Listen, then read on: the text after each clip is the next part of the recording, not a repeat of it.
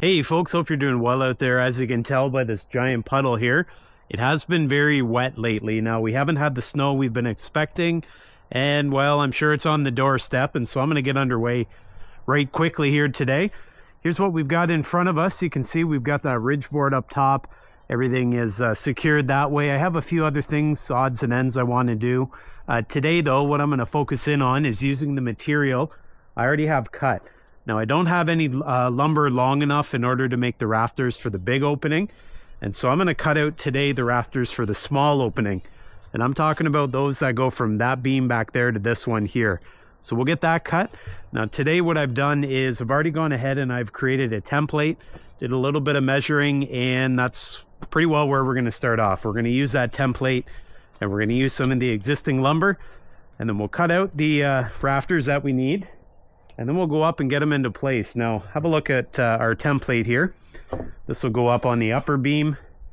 And this one here, the seat cut will be down on the lower beam.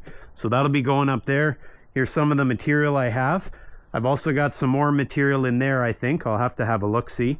But I don't quite have enough material, as I said, to create the rafters for the big opening. If we have a look back here, that's where the rafters will go for the big opening, and you can see this will be a slightly different roof angle. This roof angle down here, as I said, be a little bit flatter. This roof angle up here, we're looking somewhere around a 4 or 5/12 pitch, and that'll give me the span I need to cover this big opening where we'll end up having the logs roll in for the sawmill. But here's what we're up against today. I've got the tools ready to go, the circular saw and the reciprocating saw there. And they're being powered off my generator, and you can see we got that ready to go here.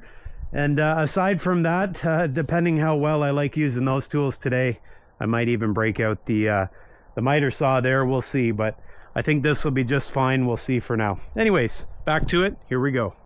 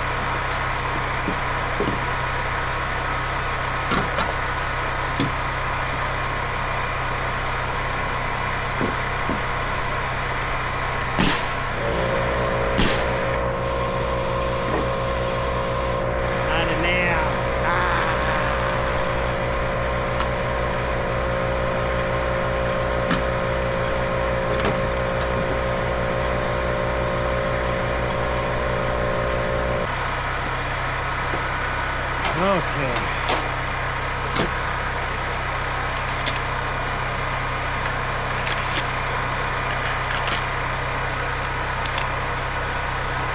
Make sure they went in the last spot. Yes, sir.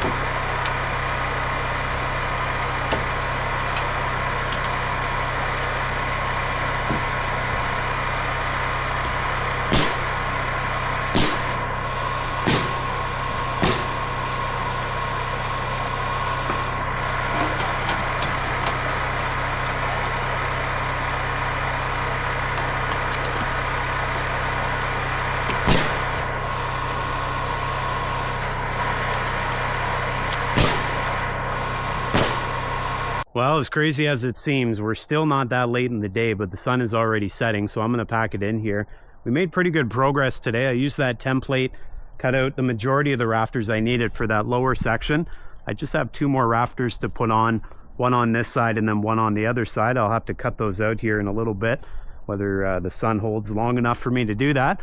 But if you have a look here, things look pretty good. I'd say taking the extra time to make sure the building was square and level and plumb right off the start is really working out well for me now, because the rafters are going into place quite easily. I just used the template on all the rafters. I didn't have to manipulate it at all. Things fit quite well. Now that air nailer was certainly a big help here today. You saw me up there. I could just position the rafter, and even up on the ladder I could just very quickly in a few moments put all the nails in I needed to. Now in between the rafters here, you saw me putting in blocking. So I put blocking in between every other set of rafters. I didn't put it between every rafter, which I normally do, just because I'm going to put an extension, a tail off the end of the rafter, probably with a 2x4 of sorts, and that's just going to give me the overhang of the roof away from the building. Now I'll do that after I get the entire roof on. For now though, I left the blocking out. Once I get that tail on, I'll put the blocking back in. it'll just end up being whatever that size is, less, probably 1.5 inch thickness of the 2x4. But that's what it looks like. I finished nailing up top there as well, and so things are fully secured. And then what we'll do is when I get the other rafters cut, I'll get them lined up with these rafters, and then it'll be one continuous run all the way from the ridge board right down to this final beam here. Now this span here is a good bit bigger, and I don't have trees ready to go for making those rafters, so I'm gonna have to cut down some trees, mill them on the sawmill, and then I'll have to scribe using the bigger template for those rafters. So that's a bit of a process, but we'll get it done. The only concern is snow is knocking on the door here, and you'll notice I have extra layers on today. I've got a toque on and things are pretty cold, so snow is probably going to be hitting before I get this done. That's the reality, but stranger things have happened, so who knows, maybe the window of opportunity will extend a little bit longer. I'll get the rafters up here, put the steel on, and then, well, then it can snow all at once, but we'll see what happens. So great start overall, very happy with how things went, and as always, making sure the building was level, plumb, square has really paid off for me, saved me a lot of headache. But anyways, I was talking about that air nailer. I've had a few people ask me about battery powered nailers. I've never used one. The battery powered framing nailers, I've never used one. They're very expensive where I live, so I probably won't buy one until I need one. I find that air nailer to work quite well. It works in all weather conditions, and it's very reliable. You have to tote around an air hose, but I don't notice because I've been doing it so long. So I have a feeling the battery nailer has its place, but I don't think it's going to be here at this point.